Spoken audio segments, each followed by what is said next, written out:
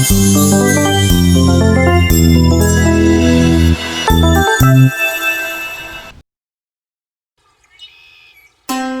पहले की बात है। एक गांव में एक बूढ़ी औरत अपनी पोती के साथ एक जली हुई सी घर में अपना गुजारा करती थी। एक समय पर यही लोग उस गांव के जमींदार हुआ करते थे, लेकिन अब उन लोगों की हालत बिल्कुल बिगड़ गई है। अब बूढ़ी औरत को जो भी कुछ छोटे मोटे कार्य करने को मिलते हैं, उसी से अब उन दोनों का गुजारा चलता था। पर इतना कष्ट होने के बावजूद भी वो कभी भी कोई भी गलत काम नहीं करती थी, जिसके कारण उनका जीवन भले ही कष्ट क्यों ना हो, परंतु उनके मन हमेशा ही खुश रहता था। एक दिन उनके गांव में एक गुड़िया बेचने वाला आया। गुड्डे गुड़िया चाहिए, सुंदर सुंदर सी गुड़िया, देसी विदेशी गुड़िया, छोटी गुड़िया, मिट्टी की गुड़िया और भी कई रंगों की सुंदर सी गुड़िया। मैंने अपनी पोती को बहुत दिनों से कुछ भी खरीद कर नहीं दिया है। आज उसका जन्मदिन है। आज के दिन तो उसे गुड़िया खरीद कर देना ही होगा। अरे ओ गुड़िया वाले, सुनते हो? जरा इधर तो आना।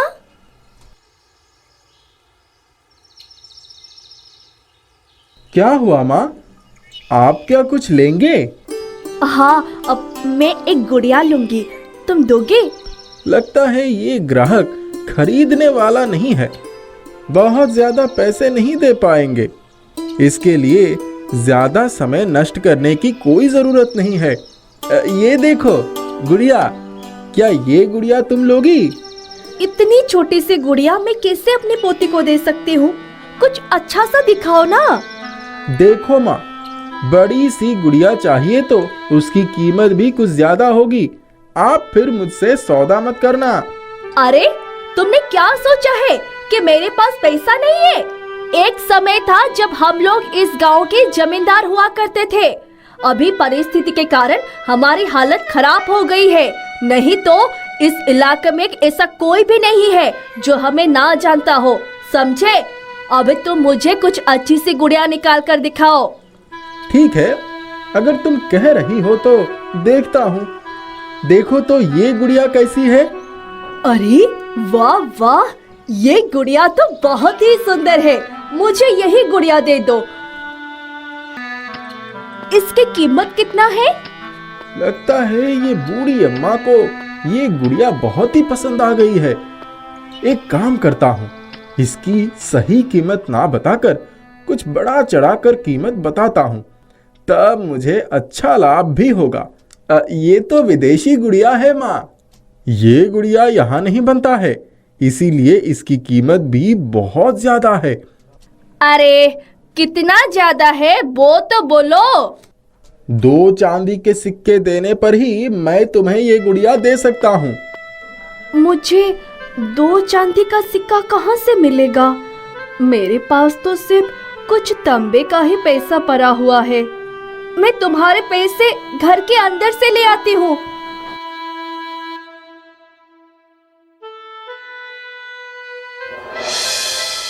देखो भैया, पैसा तो मेरे पास नहीं है, लेकिन ये फूलदान है।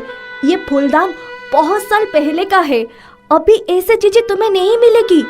अब इस फूलदान के बदले में क्या तुम मुझे वो गुड़िया दोगे? सा चीज जरूर ले आएंगे। लाइए, दीजिए, देखते हैं क्या है ये। इस चीज की कीमत तो 2 चांदी के पैसों से भी ज्यादा है, परंतु इनको ये बात हम नहीं बोलेंगे।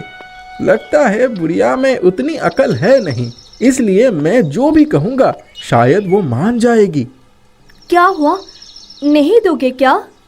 अरे नहीं बूढ़ी अम्मा, इस फूलदान की कीमत तो ज्यादा नहीं है।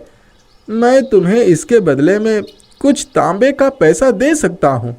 मैं एक काम करता हूँ, मैं तुम्हें 5 तांबे का पैसा देता हूँ, तुम उसके बदले में मुझे ये फूलदान दे दो। नहीं भैया, अगर मैं गुड़िया ही नहीं खरीद पाऊंगी तो फिर तांबे का पैसा लेकर क्या करूंगी? एक काम करो, तुम जाओ, मैंने यूं ही तुम्हारा समय बर्बाद कर दिया। लगता है इस बूढ़ी औरत को सिर्फ गुड़िया ही चाहिए।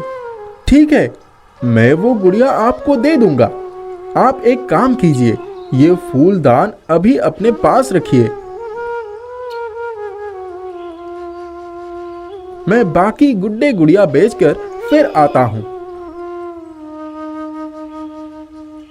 अरे, मेरे सामने ये कैसा गलत कार्य हो रहा है। मैं देवदूत हूँ और मेरे ही सामने ऐसे ही एक वृद्ध व्यक्ति को धोखा दिया जा रहा है। ये कभी नहीं हो सकता है। मुझे कुछ करना ही होगा। ठीक है बूढ़ी अम्मा, आप तब इस फूलदान को अपने पास ही रखिए। मैं थोड़ा घूम कर आता हूँ और उसके बीच हो सके तो आप उस 5 तांबे का सिक्का निकाल कर रखिए। देखता हूँ कि अगर मैं पैसे और फूलदान दोनों लेकर आपकी पोती के लिए गुड़िया दे सकता हूँ। सच में दोगे ना? हाँ बिल्कुल, आप यहाँ बैठो, मैं ये सब गुड़िया बेचकर आता हूँ, फिर ये फूलदान लेकर आपको गुड़िया दे दूंगा। लगता है आज का दिन बहुत ही अच्छा है। एक सोने का फूलदान और साथ में 5 तांबे का सिक्का मिलेगा, और वो भी एक साधारण सी गुड़िया के बदले में। मुझ जैसा तो कोई व्यापार कर ही नहीं पाएगा। मैं जाकर इस विदेशी गुड़िया को किसी अमीर के घर बेच आता हूँ। इस गुड़िया के घर में ये बिल्कुल शोभा नहीं देगा। इसे मैं एक सस्ती गुड़िया दे दूंगा। बुढ़ऊ है, समझेगी भी नहीं। जंगल पार करके इस गांव में कोई आता भी नहीं है, इसीलिए चिंता करने वाला कोई बात नहीं है। चूड़ियां कंगन चाहिए, रंग बिरंगी सुंदर सुंदर सी अच्छी अच्छी चूड़ियां। मेरे पास बहुत सी सुंदर चूड़ियां हैं। आप लेंगे बूढ़ी माँ? चूड़िया? मेरी पोती अगर ये चूड़िया पहनेगी तो कितनी सुंदर लगेगी। लेकिन चूड़िया खरीदोगे कहाँ से? गुड़िया खरीदने में ही तो आधा पैसा निकल जाएगा, और फिर गुड़िया वाले को बोल कर भी रखा है वो उस विदेशी गुड़िया को किसी के पास नहीं बेचेगा। फिर अगर मैं उसे नहीं लूंगी तो उसका कितना हानि होगा।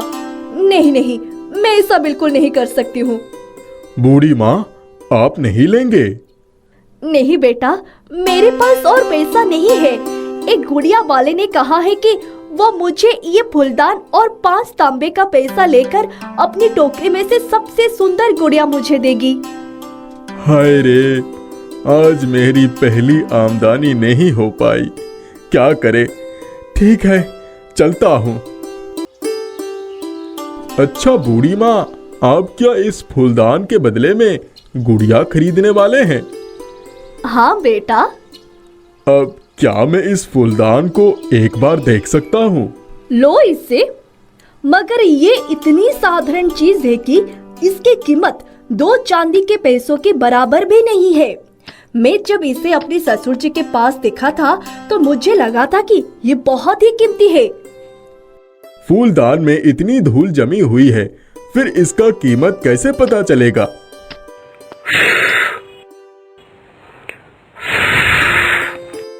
ये क्या?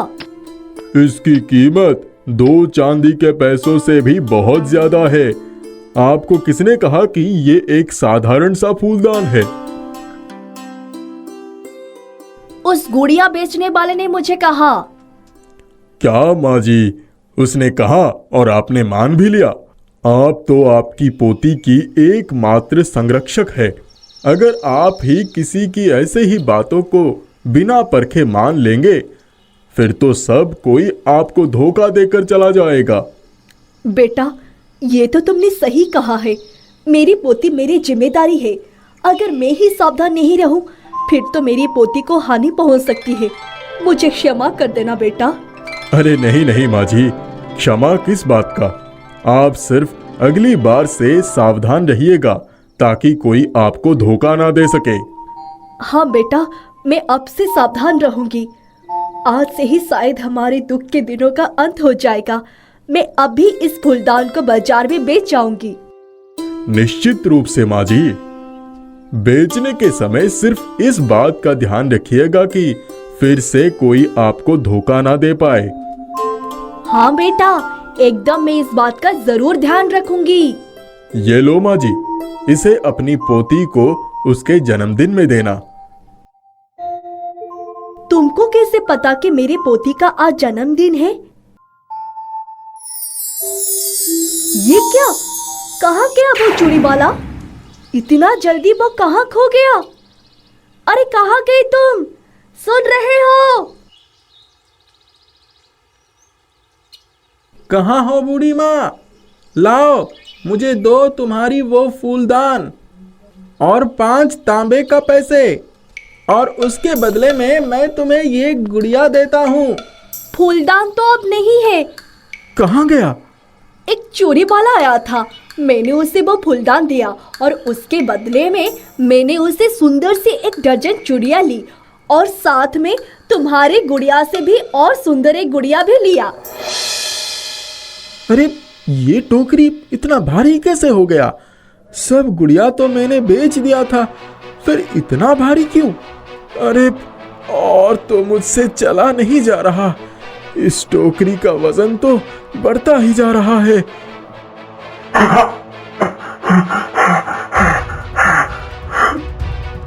लोगों को ठगना, धोखा देना सबसे बड़ा पाप होता है, और उस पाप के बोझ को उठाना उतना भी आसान नहीं होता।